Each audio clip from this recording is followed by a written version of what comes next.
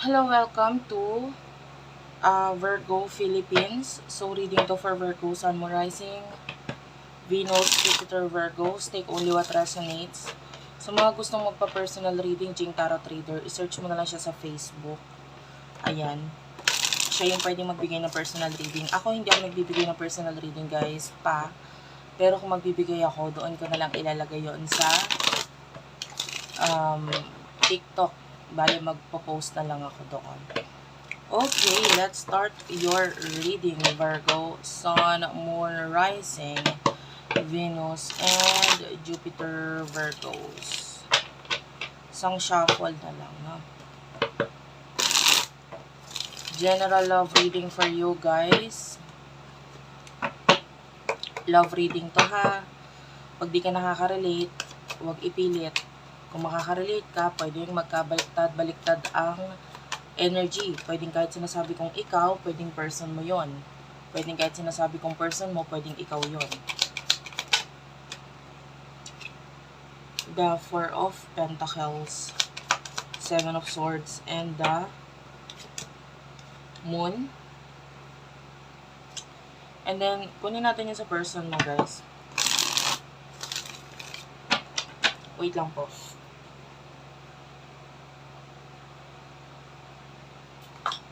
Pa-comment na lang dyan sa baba, ha? Kahit po heart-heart lang. Smileys. Malaking bagay kasi sa akin yun. Nagpapakita ng suporta. At the same time, natutuwa ako sa mga nagko-comment na nakaka-relate sila. So, yan. Kasi mas lalo kung, na parang mas lalo akong nagkakaroon ng bond sa inyo. And, yan. You do have here the Ten of Swords. Oh. The Eight of Cups and the Ten of Pentacles. Bottom of the deck is the Knight of Wands. Kukunin natin yung situation sa inyong dalawa. Pero, nararamdaman ko kasi na ibang card yung dapat kong gamitin doon. So, wait lang. Piniprepare ko lang yung card para sa situation ninyong dalawa. Take only what resonates, please. Okay. Mga at least 3 shuffles. 2 and 3. Last na to. Okay. And then, kukuha na tayo.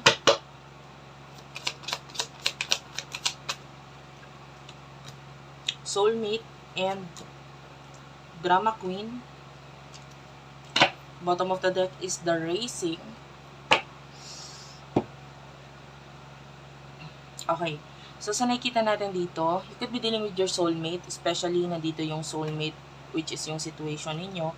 And the Moon, could be your soulmate. Itong person na itong tinutukoy natin dito. And, Drama Queen, so maybe may mga chaos or dahilan para magkaroon ng pag-iwas. You do have your racing, so avoiding or running dito sa situation na ito. Pwedeng iniiwasan mo itong person na ito, especially with the Moon. Maybe there's secrets na na-reveal dito, or if not, pwedeng dahil sa silence na nangyayari sa inyong katahimikan, na nangyayari sa connection na ito, so iniiwasan mo. Or with the Four of Pentacles, might be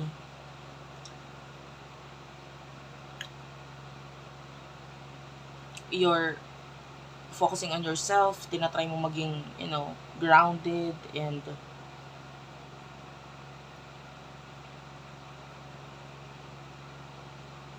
some of you, ayaw mong mag-share ng something dito sa person na ito. You don't want to share anything or something sa person na ito. Anyway, okay lang kahit hindi. But the Ten of Swords, definitely, nagkakaroon ng ending sa inyo. This person is thinking about the future and pwedeng, this person is focusing on money for now.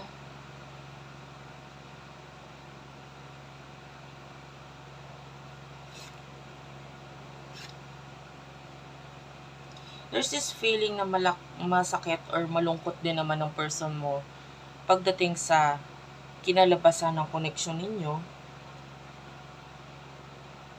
But, andun na yung acceptance pagtanggap sa kung ano yung nangyari.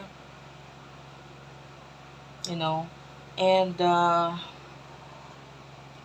kunin natin, what is the emotions here para sa isa't isa?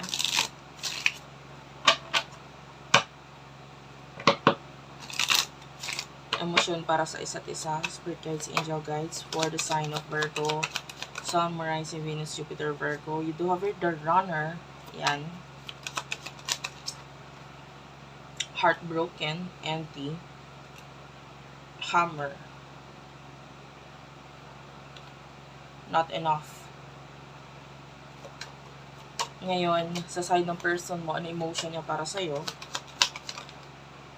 Yan. Mask is here. Girl talk. Twin flames and love call. Could be dealing with the twin flame. I like you is at the bottom of the deck. Tapos kukuha tayo ng mutual energy sa inyong dalawa. Wait lang.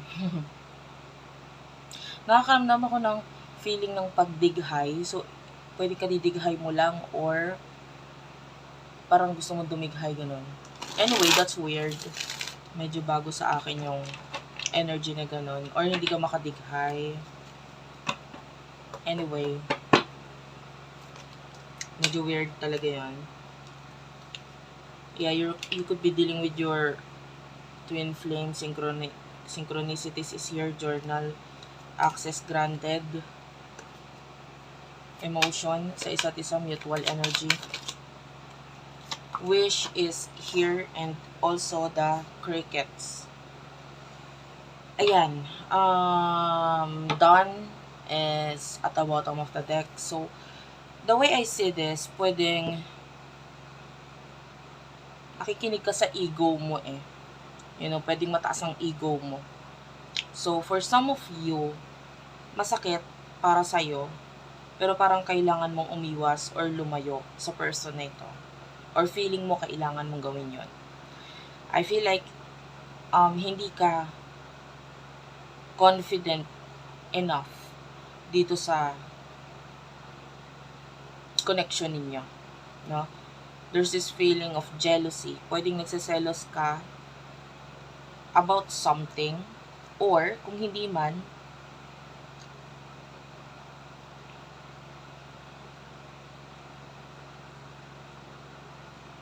you feel like you have lost this person and pwedeng feeling mo nag-end na or completed na yung connection niya, nag-complete na yun. But wish is here. So some of you, hindi lahat, nandun pa rin yung praying or wishing na sana ay magkaroon ng pag-uusap dito sa connection ninyo kasi there's katahimikan or walang usap-usap na nagaganap, Emotion ng person na ito, if you're dealing with the twin flame, nakita tayo ng dalawang ending na nangyari. So, possible na in the past, nagkaroon na ng ending sa inyo, and then maybe nagkaroon ng continuation, and then ending ulit. So, the way I see this, itong person na ito, pwedeng ini-enjoy niya na lang muna ngayon ang buhay niya kasi kumbaga the way I see this, parang sanay na siya sanay na siya sa mga endings na yan. And then yung iba sa inyo, pwedeng hindi ka pa sanay.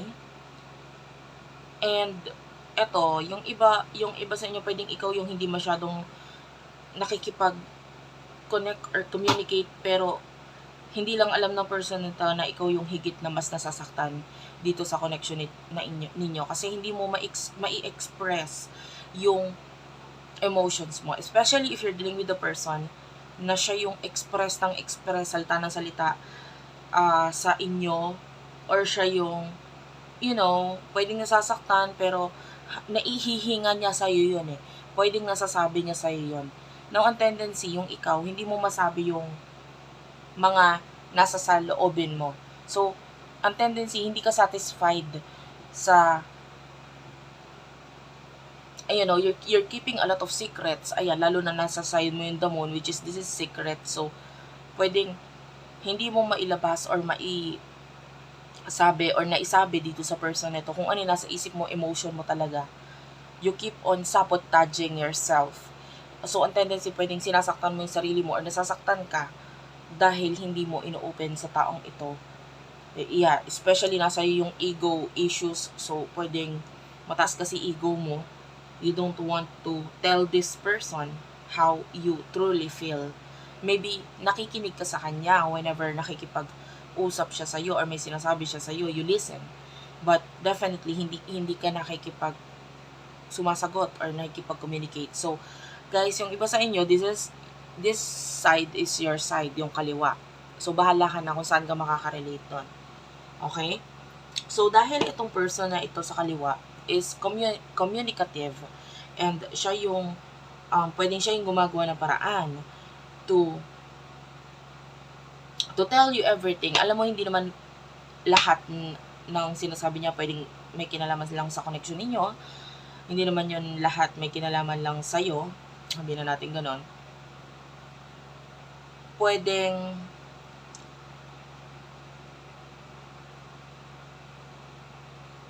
sa kanya lang, sa sarili niya lang, pwedeng ino-open niya sa yun, especially kung may friendship na involved dito. Now, you do have your I like you and I love you, or love at the bottom of the deck. So, nandun yung love or pagkagusto ninyo sa isa't isa. You both like each other, you both love each other and may attraction. But, pwedeng ang mas open kasi regarding doon ay yung person na ito. And then ikaw, I don't know what's your reason, pero nandito yung word na jealousy. So, that could mean may mga ibang person na involved sa connection ninyo na nagiging dahilan para magselos ka. Or, nagiging dahilan para hindi ka maging confident sa pagharap or pakikipag-communicate sa kanya. Okay? Now, let's move on to your future. For the sign of Virgo, Sun, Moon, Rising, Venus, and Jupiter. Virgos, Sun, Moon, Rising, Venus, and Jupiter. Virgos. Okay. You do have the 5 of Cups. The 5 of Swords. 3 of Swords. And the Ace of Pentacles. The High Priestess, ayan. The Queen of Pentacles. The 7 of Wands. And the 7 of Cups. At the bottom of the deck is the 5 of Pentacles. Ayan. So, may angel number na tayo dito na 555. And 77 is also showing to me as an angel number. Oh, actually, tatlong 7. 777. Ayan, there's this 7 of Swords right there. So, dalawa, 2 to 3, 7, 77, 777. May nakita mutual energy sa inyong dalawa. You do have your passion. And I want to clarify itong Ace of Pentacles. What's with the Ace of Pentacles, please? Spirit guides, angel guides. Separation. Okay. Simulan na natin yung reading, in the near future, nakakita tayo ng sadness sa right side. Guys, actually, yung right side na nakikita ko sa'yo is sa kaliwa. Pero, kasi, kinukuha natin yung side mo sa kanan. So, I will tell you this is your side. So, some of you, pwedeng cross-watcher ka. Or, ito yung person mo. Tapos, ikaw ito, Virgo. Okay, sa kaliwa. Okay, take only what resonates. Doon sa number 555 muna, number 5 sa numerology is about big change, no? Malaking pagbabago. Ngayon, number 5 sa astrology, the house in astrology, it's talking about drama and romance, love, ayan, affairs, pwede may mga third party situation or whatsoever. And there's this feeling, yung iba there's a child na involved, I don't know, but some of you ganon. So, although may kakaibang chemistry sa connection ninyo, may kakaibang magnetic attraction sa inyong dalawa, parang you have no choice but to let go yung emotions or pagmamahal mo dito sa person na to. And it would be very hard for you, lalo na kung itong person na ito ay malaki yung pagbabago or malaki yung naiambag niya or naitulong niya sa pagbabago mo, or vice versa, pwedeng kung malaki yung naiambag mo sa pagbabago niya. Kumbaga, hindi siya basta ganon, madaling kalimutan. Masakit dahil tinatry mong mag-move on pero hindi mo alam kung paano, or hindi mo alam kasi yung iba sa inyo, you might still be expecting, pero tinatry mong maging masaya sa person na ito, sa pakikipag-connect niya sa iba. Yan, I can say other connections, pero deep inside, you're deeply hurt. Masakit para sa'yo. 'Di ba? Lalo na nga, na ikaw yung taong mataas ang ego, kung ano yung akin, ganong klaseng tao. You don't want to share this person with anyone or anywho. Pero wala kang magawa eh. Kailangan mo parang sa sarili mo, kailangan ko tanggapin to. Kailangan kong i-let go itong taong ito. Lalo na nga, nasabi ko sa inyo, pwedeng nagkadalawang ending na sa inyo. So, pwedeng nilet go muna siya ng una, pero bumalik or nagkaroon ng pagbabalik sa connection ninyo, reconciliation, reunion, whatever. So, parang that time, mas lalo ka nag-expect kasi pwedeng inisip mo na, baka ito talaga kasi bumalik eh. Nagkaroon ng another connection or chance. But, with the Ace of Pentacles, parang you have no choice but to accept the reality. And then some of you, there's a possibility na magkaroon ng another separation stage sa inyong dalawa. Because, nandun na naman yung feeling na hindi ka na naman sure sa connection ninyo. Nang masakit para sa iyo yun. No? Some of you have to be careful, lalo na kung itong habang ikaw ay nag-move on dito sa person na ito, you will be connecting with new people, new person. No? Yun na, kasi nga parang feeling mo hindi na pwede, hindi na ako tanggap, or hindi na open itong person na ito, or walang pagbabago, parang hindi kanya kayang i-welcome sa buhay niya, or maybe because yun nga, dahil may third party situation. The Three of Swords is here. Clarify the Three of Swords. Clarify the Three of Swords, please. Third guys, angel guys. Cupid's arrow and the healing heart. One more card. The butterfly. I feel like I need to use this card. Isa lang na card dito, or maybe even 1 to 3 cards out of this deck para lang maklarify ko yung Three of Swords. I really would like to know yung message dito sa Three of Swords because may nakita tayong message doon.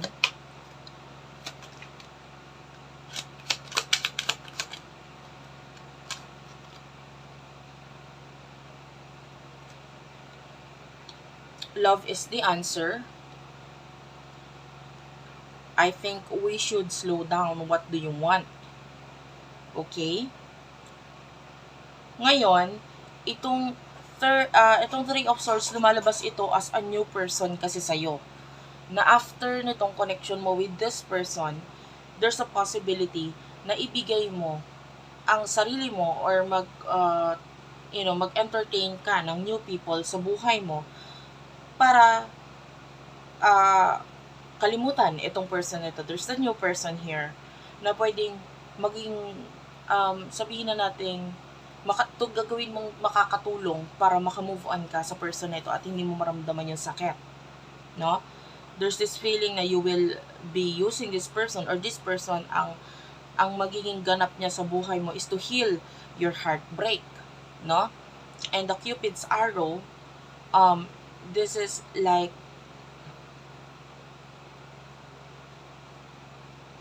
you will be meeting someone new na pwedeng more on healing ang gagampanan nitong taong ito.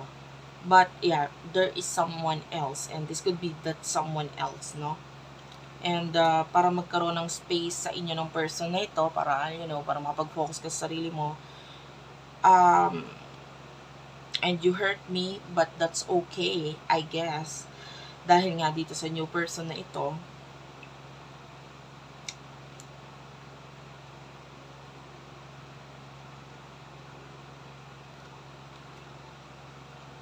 especially at the bottom of the deck is self-indulgence. Nagfo-focus ka sa iyong healing.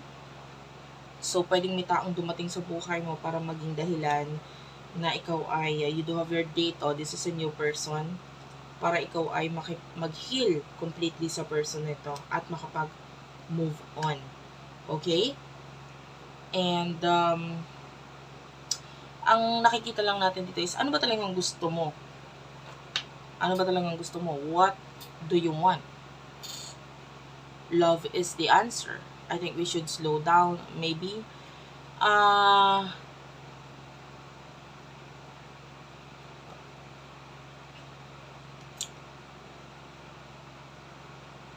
Yeah, I can see a lot of surprises dito sa new person na ito. There's surprise. So,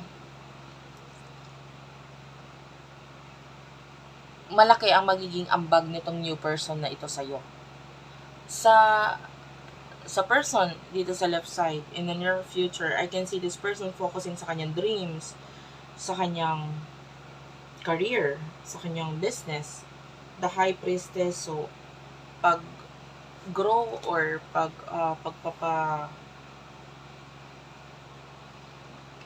pagpapalago ng kanyang spiritual knowledge. This person is developing his or her skills in the near future. Tell me about this, please, Spirit Guides, Angel Guides. Karmic relationship and the Coffee Cup.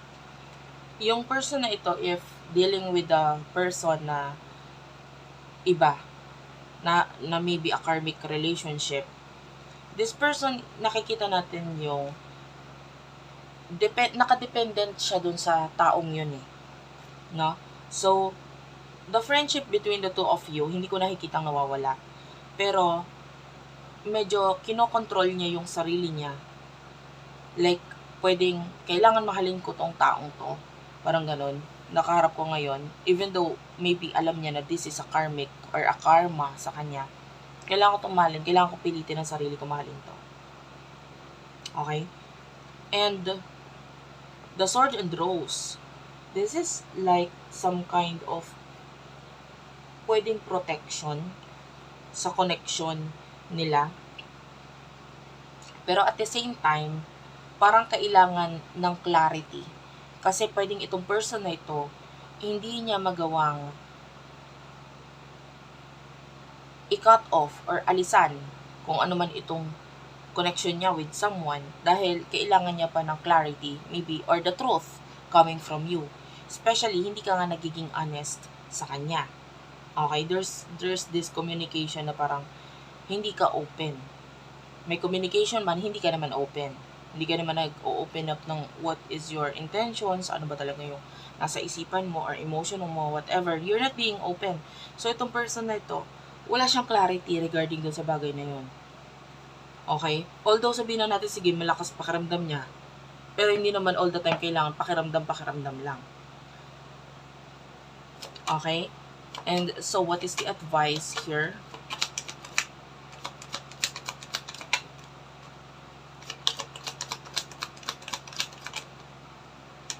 There's seduction, wedding rings, and kisses. Clarify the seduction, please.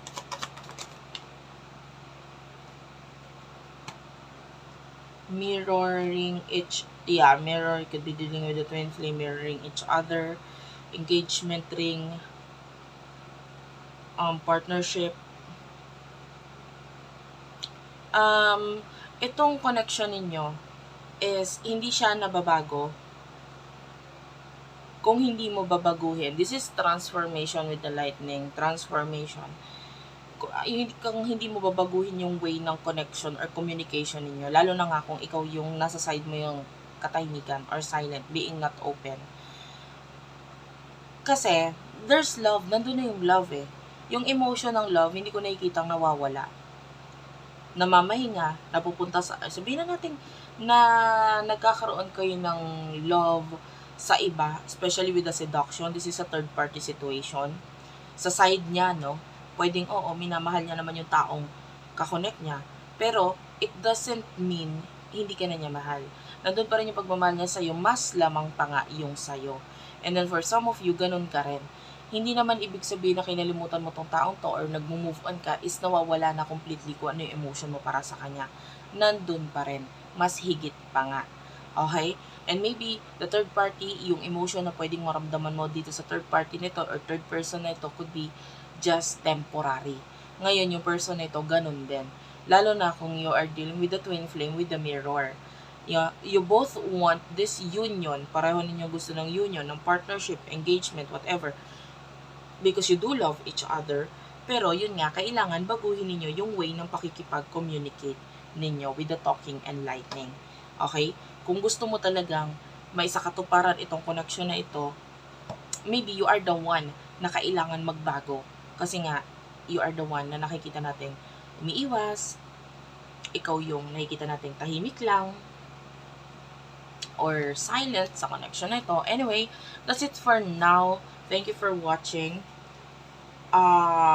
Hopefully, nakarelate ka sa ating reading at sana din mag-comment ka sa baba. Kahit po heart lang, smileys, malaking bagay yun sa akin. And if you want to know more about Virgos or maka-follow sa akin, ano tawag dito? Follow mo ako sa TikTok and or dito yung mga hindi pa nakaka-subscribe, pa-subscribe na lang dito sa channel na to. Okay? Thank you for watching. I love you all guys and bye-bye.